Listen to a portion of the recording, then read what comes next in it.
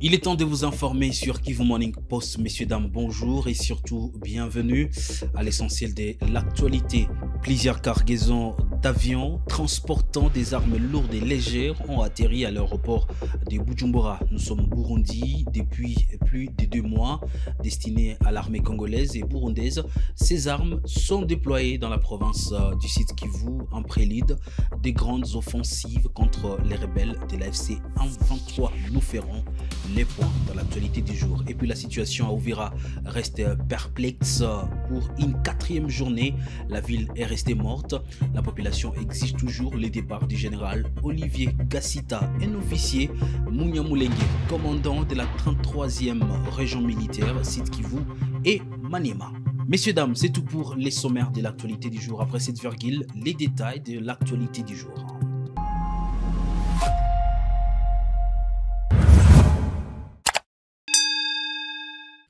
L'actualité du jour est à retrouver uniquement sur Kivu Morning Post pour mettre au point de l'actualité à l'est de la République démocratique du Congo. Selon les sites Africa Intelligence, Kinshasa et Gitega, des alliés dans la guerre contre la rébellion de la FC23 ont transformé l'aéroport de Bujumbura comme un point de transit pour les ravitaillements des armes et munitions vers l'est de la République démocratique du Congo via la ville d'Uvira. Des détails avec vous, Dieudonné Mouroula. Depuis plusieurs mois, Bujumbura acquiert des avions cargo. Africa Intelligence affirme que ces avions viennent de Bakou, en Azerbaïdjan, Port-Soudan, de Tripoli ou encore de Kinshasa. Ces avions transportent des équipements de l'armée congolaise FARDC et des forces de défense nationale du Burundi FNDB, en coalition dans les offensives ces derniers jours contre le rebelle de l'AFC M23 allié au rebelle Twirwaneho. Les 14 1er août, des avions en provenance d'Azerbaïdjan ont atterri dans la capitale économique burundaise avec des armes lourdes, légères, des lance-roquettes RPG-7, des mitrailleuses, des 7,62 mm ainsi que des fusils de précision et d'assaut. Africa Intelligence révèle que le 1er septembre, une cargaison du second Ilyushin 276 a été déchargée à Bujumbura, mais les contenus demeurent encore incertains. Il s'agit probablement d'armes lourdes et légères, cette fois-ci pour l'armée congolaise. Depuis le mois d'août, des tensions ont surgi dans les territoires des Fizi, Walungu et Mwenga, en province du Sud Kivu, où l'armée congolaise, alliée à l'armée burundaise et Wazalendo, font face aux rebelles de l'AFC M23, alliés aux rebelles Twirwaneho. L'armée intervenue ces derniers jours avec des drones qui ont fait des dégâts du côté des Twirwaneho. Un porte-parole de Wazalendo dans la zone a indiqué à Kivu Morning Post que leurs combattants essaient de bloquer toute avancée des rebelles vers Bandera, une zone qui ouvre une voie vers la province du Maniema et Tanganyika. Des tensions en cours malgré les négociations de Doha. 4e journée sans activité pour dire non à la présence du général Gassita. Ce vendredi 5 septembre 2025, la ville d'Uvira, en province du Sud Kivu, s'est réveillée de nouveau sous tension. Le groupe d'autodéfense Wazalendo, soutenu par certains acteurs et des mouvements citoyens pour contester la présence du général de brigade Gassita, Olivier, commandant adjoint en charge des opérations et du renseignement au sein de la 33e région militaire basée provisoirement dans la ville d'Uvira.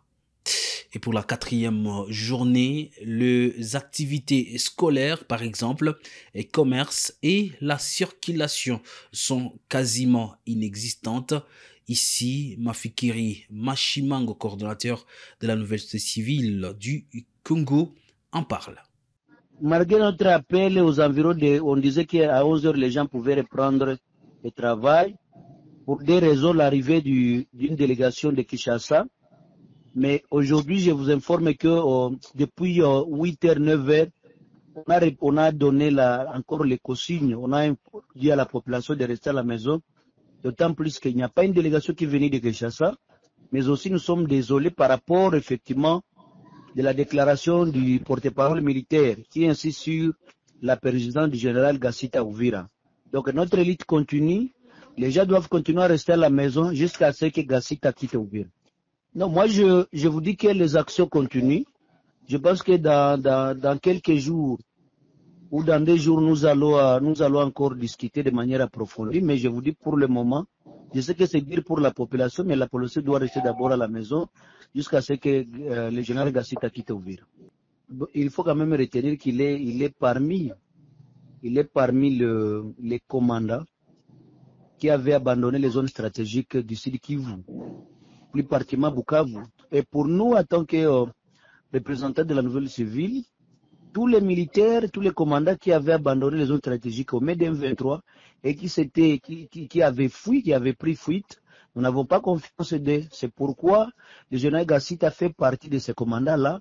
C'est pourquoi nous sommes en train de demander aussi qu'il doit quitter Ouvira et aller ailleurs, comme nous avons demandé pour Gervais, comme nous avons demandé pour le général Eyav et les autres. Donc nous restons sur la même position.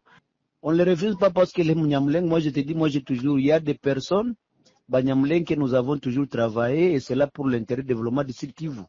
Je prends l'exemple, l'excellence ministre Guissaro.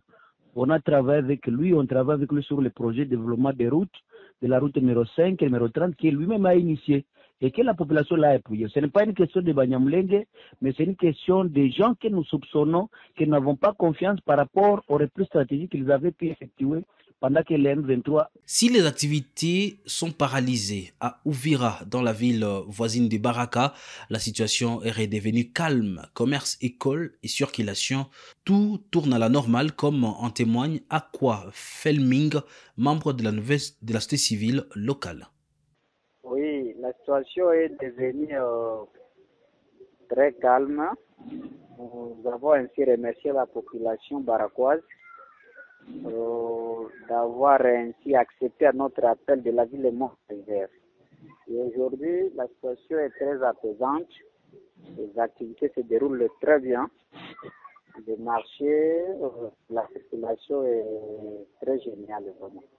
Oui, nous avons fait cela prime abord. Vous savez, la plupart de la population vit sur du jour. Et nous ne pouvons pas ainsi pénaliser la population, étant donné que la population a accepté d'abord à l'appel premier de cette ville morte. Et à partir de cette même journée, il y a eu des plaidoyers que nous avons effectués auprès du gouvernement. Et le gouvernement nous a rassuré qu'il aura une suite favorable. Et donc, même s'il n'y a pas encore eu cette suite, nous espérons que dans un bref délai, la suite est favorable et nous avons ainsi plaidé auprès du gouvernement sera ainsi observée. Voilà pourquoi nous avons ainsi informé la population de revoir sur leurs activités proprement dites pour gagner leur vie. Des affrontements violents ont été signalés dans la nuit du jeudi au vendredi 5 septembre 2025 à Nyamamba, près de Tchomia, sur la partie littorale du lac Édouard, en territoire du Djougou. Ces affrontements opposent les forces armées de la République démocratique du Congo aux miliciens Zaïre, alliés du mouvement rebelle Convention pour la Révolution populaire CRP, dirigé par Thomas Lubanga depuis Kampala à Ouganda. Détail. Ces affrontements opposent les FARDC aux miliciens Zaïre, alliés du mouvement rebelle Convention pour la Révolution populaire CRP, dirigé par Thomas Lubanga depuis Kampala en Ouganda. Selon les présidents des jeunes de cette localité, des détonations d'armes lourdes et légères ont été attendues pendant plusieurs heures, provoquant une psychose dans la région. D'autres combats ont eu lieu jeudi entre les deux belligérants à Lopa, à moins de 30 km de Bunia. Selon des sources locales contactées par Kivu Morning Post, les rebelles du CRP aurait tendu une embuscade à un convoi de l'armée sur la route nationale numéro 27, faisant un bilan provisoire de 4 morts et quelques blessés dans les rangs de 2 cas. Ces affrontements ont entraîné la coupure momentanée du trafic sur cette route et un déplacement massif de la population vers Iga-Barrière, une région environnante. Alors que l'armée avait déclaré avoir délogé les rebelles, la reprise des hostilités témoigne d'une nouvelle vague de violence dans ces territoires instables suite aux menaces permanentes des groupes armés. Rachid Dikoudra depuis Bunia pour Kivu Morning Post. En ville de Goma, les coordonnateurs de la F123 ont annoncé ce vendredi la clôture officielle de l'année académique sur l'ensemble des zones sous contrôle de ces mouvements politico-militaires. S'exprimant à Goma, il a dévoilé plusieurs réformes à venir dans les secteurs éducatifs, parmi lesquels la création d'une banque universitaire destinée à soutenir les étudiants. Il a par ailleurs exhorté les jeunes enrôlé dans les rangs de Wazalendo a regagné les bancs de l'université sans crainte, réaffirmant la volonté de son mouvement d'assurer la continuité, mais également la stabilité de l'enseignement supérieur. À l'université de Goma, ce vendredi 5 septembre, l'émotion est palpable. Sur le campus du Lac-Vert à Mugunga, l'heure est à la célébration. Les promotions terminales de l'année académique 2024-2025 viennent d'achever officiellement leur parcours universitaire. Au total, 6218 étudiants ont terminé cette année marquée par de nombreux défis. Une guerre persistante qui a gravement perturbé le calendrier académique et une crise économique née de ce conflit qui a pesé sur les familles et les institutions. Encadrés par 113 professeurs permanents, 122 visiteurs et plusieurs enseignants d'autres grades académiques, les lauréats reçoivent aujourd'hui leurs titres universitaires, 75 licences, 85 mémoires de Master 2 et 48 en Master complémentaire seront ainsi couronnés. Les autorités politico-administratives locales ont répondu présent à l'invitation. Sur l'estrade officielle, une présence remarquée, celle du coordonnateur du mouvement rebelle Corneille Nangaa et de son adjoint Bertrand Bissimois et d'autres cadres de l'AFC M23 aux côtés des doyens et enseignants de l'Unigom. Après la proclamation des lauréats, plusieurs allocutions ont été prononcées. Le recteur, les représentants des étudiants et même le coordonnateur du mouvement rebelle AFC M23 ont pris la parole. À l'issue des activités, une lauréate en faculté des sciences de l'information et de la communication a exprimé sa joie de terminer cette année académique. Le parcours n'a pas été facile. Le parcours n'a pas été facile en soi. Il y a eu beaucoup de choses qui ont perturbé la suite des événements et tout. Et surtout, moi, je me rappelle de ce qui s'est passé récemment avec les M23. Moi-même, je me disais que je peux même reprendre cette année parce que j'ai été obligée de quitter la ville. Mais voir qu'on finit, c'est un miracle. Avant de rassembler les lauréats et leurs proches dans le campus du Lac-Vert de l'université de Goma. Une double célébration, la fin d'un cycle académique et l'espérance d'un avenir meilleur pour ces diplômés d'une région qui, malgré les turbulences, ne cesse de croire en l'éducation. Le président de la République démocratique du Congo, Félix-Antoine Tshisekedi, a relancé ce vendredi 5 septembre 2025 les trafics ferroviaires Kinshasa-Matadi. Tout le territoire national que nous pouvons aujourd'hui, Excellence Monsieur le Président de la République, relancer le trafic ferroviaire de passagers et de fret entre Kinshasa et Matadi.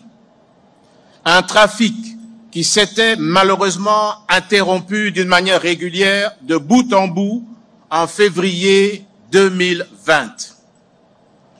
C'est avec une immense joie et une grande fierté que nous assistons à la renaissance de cette liaison ferroviaire vitale, symbole concret de la modernisation du transport en RDC.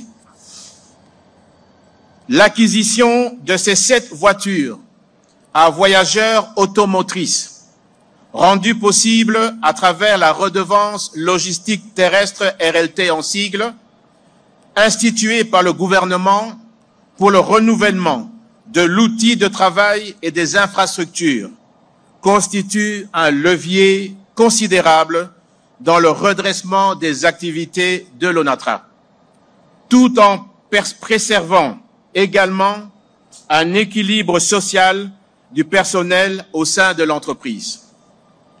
Les 7 voitures voyageurs, dont 4 automotrices de modèle Kia 183, 2 intermédiaires de modèle Kia 182 et une unité VIP de modèle Kiro 182, toutes climatisées et confortables, que nous recevons ce jour, constituent les prémices d'une longue série d'acquisitions à venir grâce notamment à la RLT. Dès les prochains mois, nous attendons l'arrivée de 5 locomotives neuves ainsi que de 40 wagons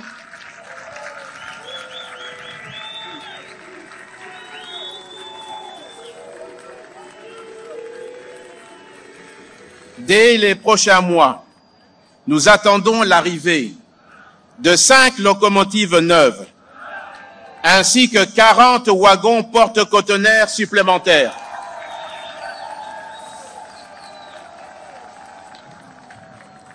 Ces nouveaux équipements viendront renforcer la flotte de l'ONATRA, constituée de 5 locomotives, 77 wagons, 27 voitures voyageurs et 42 wagons porte-conteneurs. Ils permettront à l'ONATRA d'accroître significativement ses capacités opérationnelles, d'évacuer efficacement une grande partie de 4 millions de tonnes de marchandises par an que reçoit le port de Matadi, de désengorger ce port stratégique et de fluidifier la circulation des personnes et des biens entre la capitale et le Congo central, tout en allégeant de manière considérable le trafic sur la nationale numéro 1. In fine, l'objectif est de faire rayonner notre économie à grande échelle et en facilitant des échanges intérieurs et extérieurs grâce à un transport ferroviaire sûr et performant. Par ailleurs, je me réjouis de vous informer de la fin des travaux de stabilisation de la voie ferrée le long du tracé Kinshasa-Matadi. Ces travaux d'envergure ont permis de sécuriser et d'optimiser le trafic à venir sur ce corridor national stratégique, véritable colonne vertébrale de notre économie et moteur de développement pour notre pays. Et toujours en République démocratique du Congo, le gouvernement congolais a déclaré officiellement, c'est jeudi 4 septembre 2025, la 16e épidémie de maladie à virus Ebola en RD, en République démocratique du Congo. L'annonce a été faite à Kinshasa par le ministre de la Santé publique, Hygiène et Prévoyance sociale, le docteur Roger Kamba Samuel, lors d'une conférence de presse. Des détails avec Fiston Issemwami. Cette nouvelle flambée épidémique touche la zone de santé de Boulapé, dans la province du Kasaï, et est causée par la souche Zaïre, la plus virulente du virus. Selon les autorités, 28 cas suspects ont été signalés, dont 16 décès, parmi lesquels 4 agents de santé, soit un taux de létalité estimé à 57%. Le premier cas identifié remonte au 20 août, une femme enceinte de 34 ans admise à l'hôpital. Le ministère a activé le système de gestion des incidents via le centre des opérations d'urgence de santé publique et déployé des équipes d'intervention rapide. Des mesures incluant le renforcement de la surveillance épidémiologique, la mise en place des centres de triage et d'isolement et l'acheminement de 2000 doses de vaccins RV2 et de matériel médical grâce à l'appui de l'Organisation mondiale de la santé OMS. Ebola est une maladie hémorragique, grave et fatale, mais une prise en charge précoce, gratuite et globale augmente les chances de survie. Cacher un malade, c'est exposer, déclarer, c'est sauver, a martelé le docteur Kamba devant la presse à Kinshasa. Les autorités exhortent la population à signaler tout cas suspect via le numéro gratuit 151, à éviter le contact avec de malades ou de corps non pris en charge, à ne pas manipuler d'animaux morts et à maintenir une hygiène stricte. La maladie à virus Ebola est une menace récurrente en République démocratique du Congo. Depuis sa découverte en 1976, la RDC a connu 15 épidémies d'Ebola, dont la dernière en 2022 dans la province de l'Équateur, rapidement maîtrisée. Entre 2014 et 2016, l'épidémie d'Ebola enregistrée en Afrique de l'Ouest avait causé plus de 11 300 décès sur près de 29 000 en Guinée, au Libéria et en Sierra Leone, selon l'Organisation mondiale de la santé OMS. Messieurs, dames, c'est par cette information en santé que nous mettons un point final à l'essentiel de l'actualité pour ce 5 septembre 2025. Merci à vous de l'avoir suivi. Vous êtes nouveau sur Kivu Morning Post, la référence des informations à l'Est de la République démocratique du Congo. Commencez par vous abonner pour ne rien rater sur votre chaîne. On se retrouve prochainement.